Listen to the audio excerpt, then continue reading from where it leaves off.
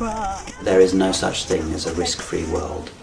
The world that we live in is a world in which all of us have to learn how to cope with challenges that might come our way.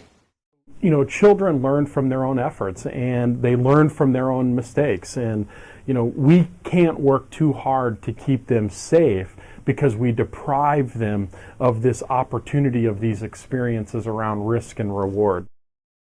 Risk, I think, has a very important role, and maybe we're just not used to using that word because that word has such legal connotations to it. Life is not wrapped in bubble wrap.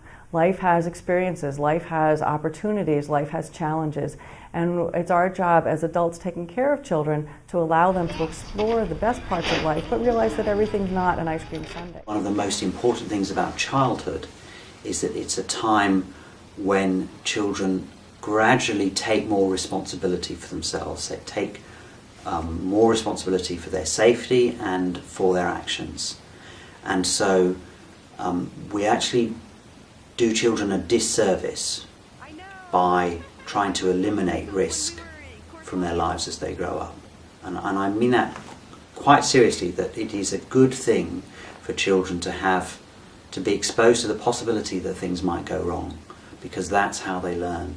That's how they learn to cope with challenges. You know, risk plays a role in children's development because it's through the experiences that they're having the opportunity to do things that they're not necessarily comfortable with, and then mastery through perseverance, trying things again and over, and maybe failing, but failing fast, and then trying it again and actually having success. Sometimes children will get hurt, or they will get upset, you know, they will struggle, but that is part of the learning process. And I think all of us will remember from our own childhood and from our adult lives that some of the most important things that we learn because of the setbacks and the failures.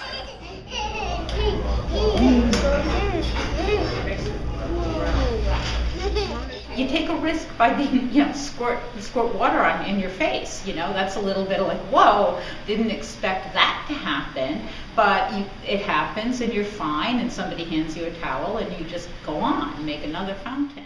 Of course, there's the physical risk of falling off the slide or falling off the monkey bars.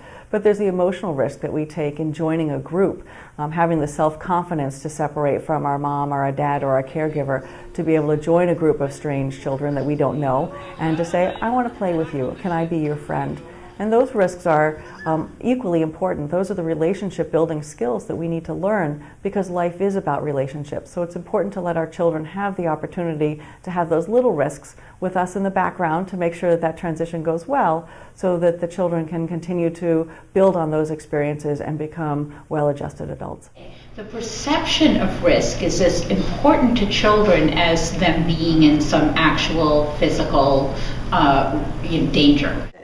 The task becomes one of not eliminating or reducing risk, but of managing the risks, so that children are not exposed to unacceptable levels of likelihood of harm. So we're not talking about exposing children to, you know, a childhood full of distress and misery, but what we do need, and I think what's going to be a challenge here in the US, is to get to a place where we adults can all feel more confident about the possibility that a child might get hurt or distressed, and that is not a bad thing. In fact, it's a good thing. It's a good thing for children to have those sorts of challenging experiences. As a society, somehow we've gotten misunderstanding that there's a difference between an accident and an injury. And accidents actually happen, and kids fall and skin their knees, and they may even break a bone. And as tragic as it is in that moment, it's through that experience, again, that they're learning perseverance, they're learning determination, dust themselves off, and actually go try something again. And they can overcome it. It's this sense of overcoming. Versus, you know, injuries that can be prevented. And what we need to do is culturally is allow for this opportunity for accidents to happen, but prevent injuries, and not try to prevent both.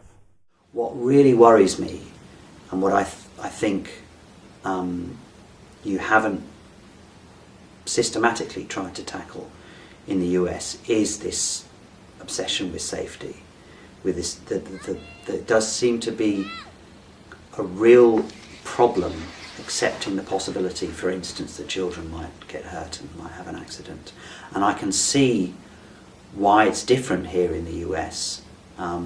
It's simply, not only do you have a different culture, but you have a different healthcare system. I mean, there are financial implications for parents and families when children get hurt, and those don't exist in the UK or in other European countries.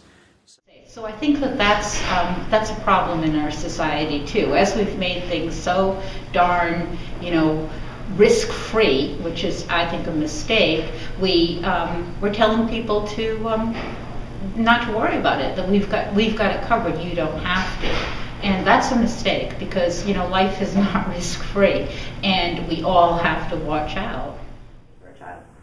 Just look at our playgrounds. There's an awful lot of play equipment that's no longer on our playgrounds, like seesaws, because some adult somewhere thought that was an unsafe play equipment. So we do have some external applications of risks in that governing bodies decide that something's not a safe piece of equipment, or we teach our children stranger danger, so we're teaching them about a pedophile that they will never see in their lifetime. But we do look at the external cues of our society, and we do inculcate that in our children.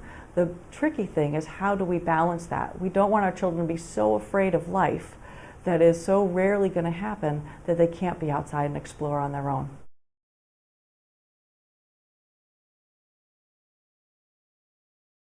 The groups that can change the perception about risk starts, frankly, with parents. And we have to do a better job of explaining to parents that we can't moderate behaviors for kids in the limiting the opportunity to have this risk-reward discussion and conversation. And it starts with parents, both in how they're playful themselves, and if they're not playful and outside, riding bicycles, running on paths, playing in sand and water, kids won't either. And I think when parents don't allow for the provision of the kids, it starts to trickle down to a stop. Let the children work it through. Let us not intervene. Let's not hover so close that we prevent children from solving their own problems. But if they do need help, if they do need a little tool, if they need a little nudge, that's our job as parents, is to help them there. What we don't want to do, frankly, is to have a child fall off a swing, and before the child almost even hits the ground, to have parents or siblings going over coddling and cajoling them before they even know to cry. Because it conditions them that something must be wrong with me and somebody else has to protect me, versus saying, it's okay to fall off a swing, you're not hurt, see, pick yourself up, dust yourself off, now go try it again. Awesome. And if we just let children be children, then they will be well prepared for what comes before them as adults. The task becomes one of striking a balance between the risks and the benefits, not the task of reducing risk. So we like the idea, as safe as necessary, not as safe as possible. The one thing I think we need to be telling both parents and kids is go experience it themselves, because when they experience this sense of wonder, joy, opportunity, possibility, they provide for different provisions for their own kids and allow them broader and broader areas of kind of boundaries, and that's a good thing. Let your children do dangerous stuff.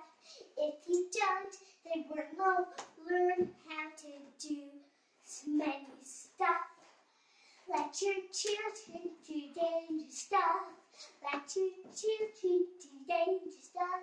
Not really, not super dangerous. Like climbing this wall, this door.